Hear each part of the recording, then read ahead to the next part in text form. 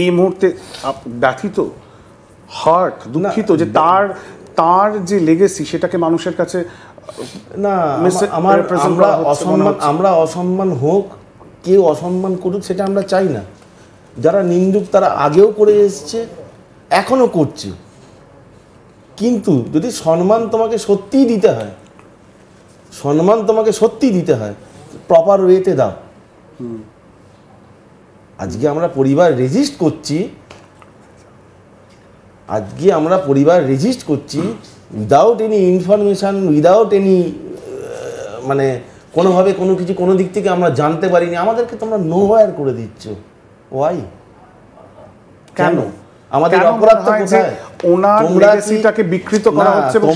তোমরা কি গোপাল মুখার্জিকে নিয়ে যেভাবে যেরকম ইচ্ছে হাত কাটবে, পা কাটবে, গলা কাটবে, যেভাবে ইচ্ছে কাটাছেড়া করবে, আর আমরা সেটা পরিবারের লোক হয়ে আমরা কি মেনে নেবো সেই জিনিসটা? এটা কি ধরনের ব্যাপার হচ্ছে? আমরা এই ব্যাপারটায় খুব অপমানিত বোধ করি। যে ইভেন আমার পরিবারের যে কজন মানুষ আছে নিজেদেরকে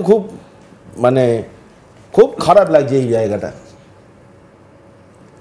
তো এই কাজটাই কি উনি করেছিলেন যে আজকে আমাদের তার জন্য এই দিনটা দেখতে হচ্ছে? গাজওয়ারি করে অনেকে অনেক কিছু করে নিতে পারে, আমরাও করে নিতে পারি, কিন্তু ওয়াই, কেন করব? একদম। আমরা আরো দুটো তিনটে ক্লিপ আমাদের কাছে রয়েছে, আমি এক এক করে কুইকলি সেটা চালাই।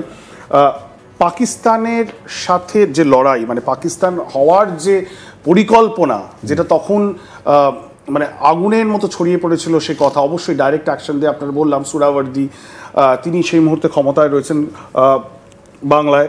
সেই জায়গায় দাঁড়িয়ে কিভাবে পাকিস্তানের এই যে কনসেপ্ট অফ পাকিস্তান এবং সেখান থেকে কলকাতাকে কিভাবে বাঁচানো যায়, এবং তার সঙ্গে সঙ্গে তিনি এটাও বলছেন যে কিভাবে সশস্ত্র আন্দোলনের মধ্যে দিয়ে সেটা করার পরিকল্পনা।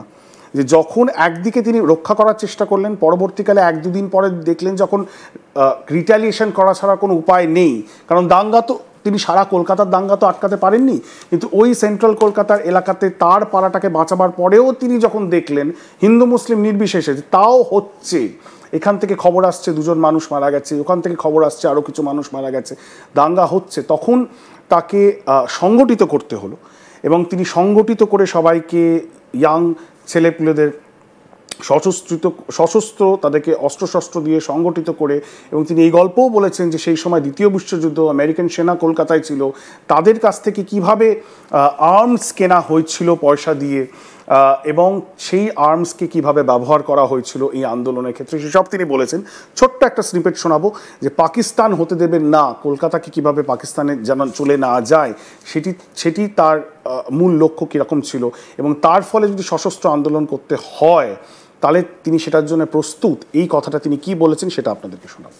তখন দেশকে বাঁচাতে হবে, পাকিস্তানে চলে যাবে, আরও নির্যাতন হবে, দেশকে বাঁচাতে হবে, এই চিন্তা করে আমি সব লোকাল ছেলেদের কল করে বললাম, দেখো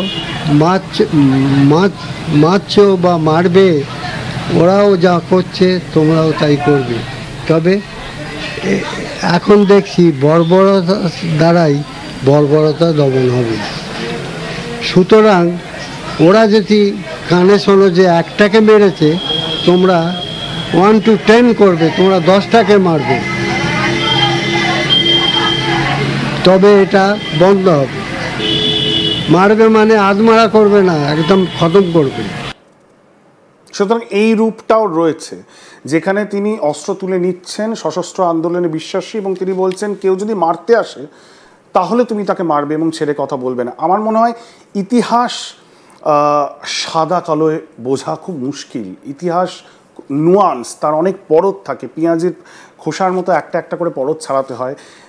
সুতরাং কোনো ব্যক্তিকে সাদা কালোয় পেইন্ট করে দেওয়াটা খুব সহজ, কিন্তু ইতিহাসের গভীরে যখন আমরা ঢুকি এবং একটা মানুষের চরিত্রের বিভিন্ন দিক যখন আমরা বর্ণনা করি, সেই দিকগুলো তার কিছু প্রেক্ষিত থাকে, একটা কনটেক্সট থাকে।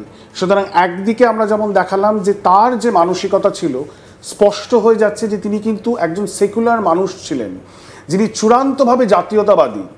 তিনি দেশকে সবার আগে রাখতেন, কিন্তু তিনি ধর্মীয় প্রেক্ষাপটে ধর্মের ভিত্তিতে কিন্তু রাস্তায় নামেননি, তিনি তাদের বিরুদ্ধে লড়াই করতে নেমেছেন যারা হিংসায় লিপ্ত হয়েছিলেন এবং মানুষকে বাঁচাবার জন্য নেমেছিলেন। এটা যখন পরিষ্কার হয়ে যাচ্ছে তার কথার মধ্যে দিয়ে, তার পরিবারের কথার মধ্যে দিয়ে, ঠিক তেমনভাবেই আবার যখন দেশের প্রশ্ন আসছে, যখন পাকিস্তানে চলে যাওয়ার প্রশ্ন আসছে, তখন কিন্তু তিনি কোনো কম্প্রোমাইজ করছেন না।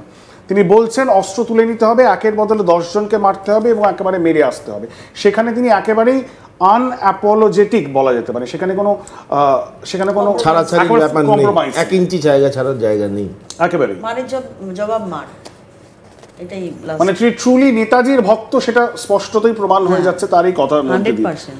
আমি আরেকটা পয়েন্ট, ওনার মতাদর্শ, ওনার নীতি আদর্শ, ওনার ভাবধারাতেই আদর্শিত এবং ওনার কাজের মধ্যে দিয়ে বা ওনার কথার মধ্যে দিয়ে প্রকাশ পাচ্ছে ওনার কাজ, যেটা এই মুহূর্তে ইতিহাস, সেটা তো রয়েছে আপনাদের সামনে, এবং তার সঙ্গে ওনার কথা, এটা দিয়ে প্রকাশ পাচ্ছে যে তা এবার আপনারা ডিসাইড করুন যে তাহলে ওনার আদর্শ কি ছিল, কোন আদর্শে তিনি বিশ্বাসী ছিলেন, রাদার দেন এই মুহূর্তের অন্য কেউ যদি তার হয়ে তার আদর্শ ঠিক করে দেন বা বোঝাবার চেষ্টা করেন যে এই আদর্শে তিনি বিশ্বাসী। মহিলাদের সম্বন্ধে তার কি ওপিনিয়ন ছিল, স্পষ্টতই অ্যান্ড্রিউ হোয়াইটহেড, যিনি ব্রিটিশ একজন রিসার্চার, তিনি তাকে প্রশ্ন করেন তার এই রিসার্চ পেপারের জন্য যে মহিলাদেরকে নিয়ে আপনি কি ভেবেছিলেন, কারণ সেই মুহূর্তে বারবার দেখা যাচ্ছিল যে মহিলাদের ওপর চূড়ান্ত আক্রমণ হচ্ছে, দুই তরফই বলা হচ্ছে, এবং অনেকেই এটা বলার চেষ্টা করছেন যে হিন্দু মহিলাদের উপর চূড়ান্ত আক্রমণ হয়েছে। হ্যাঁ, নিশ্চয়ই এরকম অনেক ইনসিডেন্ট উঠে এসেছে বিভিন্ন ইতিহাসবিদদের মধ্যে, রাইট হলে যেমন হয় তেমনই হচ্ছিল। সেই জায়গায় দাঁড়িয়ে তাকে প্রশ্ন করা হয় যে আপনার সামনে যদি মুসলিম মহিলারা, যাদের কাছে কোনো প্রোটেকশন নেই, তারা আসেন বা তাদেরকে আপনারা দেখেন, তখন আপনি কি করবেন, বা আপনার দল, আপনার ছেলেরা তখন তাদের প্রতি সেটা কি রিভেঞ্জফুল হবে, সেখানে কি রিটালিয়েট করবেন, নাকি তাদেরকে রক্ষা করবেন? তার খুব স্পষ্ট অকপট উত্তর ছিল। কি তিনি বলেছিলেন তার দলকে, তার ছেলেদেরকে এই আন্দোলনের সময় কি ইনস্ট্রাকশন দিয়েছিলেন, শোনাবো। মাতৃজাতি মেয়েদের ওপর অত্যাচার করা, সে হিন্দু হোক আর চাই মুসলমানই হোক, মারধর করা, রাবণ ধ্বংস হয়ে গেল। আমাদের ইতিহাসে রাবণ ধ্বংস হয়ে গেল সেটা আনন্দ করে। সুতরাং আমার স্ট্রিক্ট অর্ডার ছিল দুটো জিনিস, একটা ছিল কারোর লুট করবে না, আর একটা জিনিস হলো মেয়েদের ওপর মারধর করবে না বা অত্যাচার করবে না। কোনো লুট করবে না, মেয়েদের ওপর কোনো অত্যাচার করবে না, ক্লিয়ার ইনস্ট্রাকশন। সুতরাং ব্যাটল লাইন্স ড্রন, যে রুলস অফ দ্য গেম, তিনি নেমেছেন মাঠে সশস্ত্র আন্দোলনে, কিন্তু তার কিছু নিয়ম থাকবে।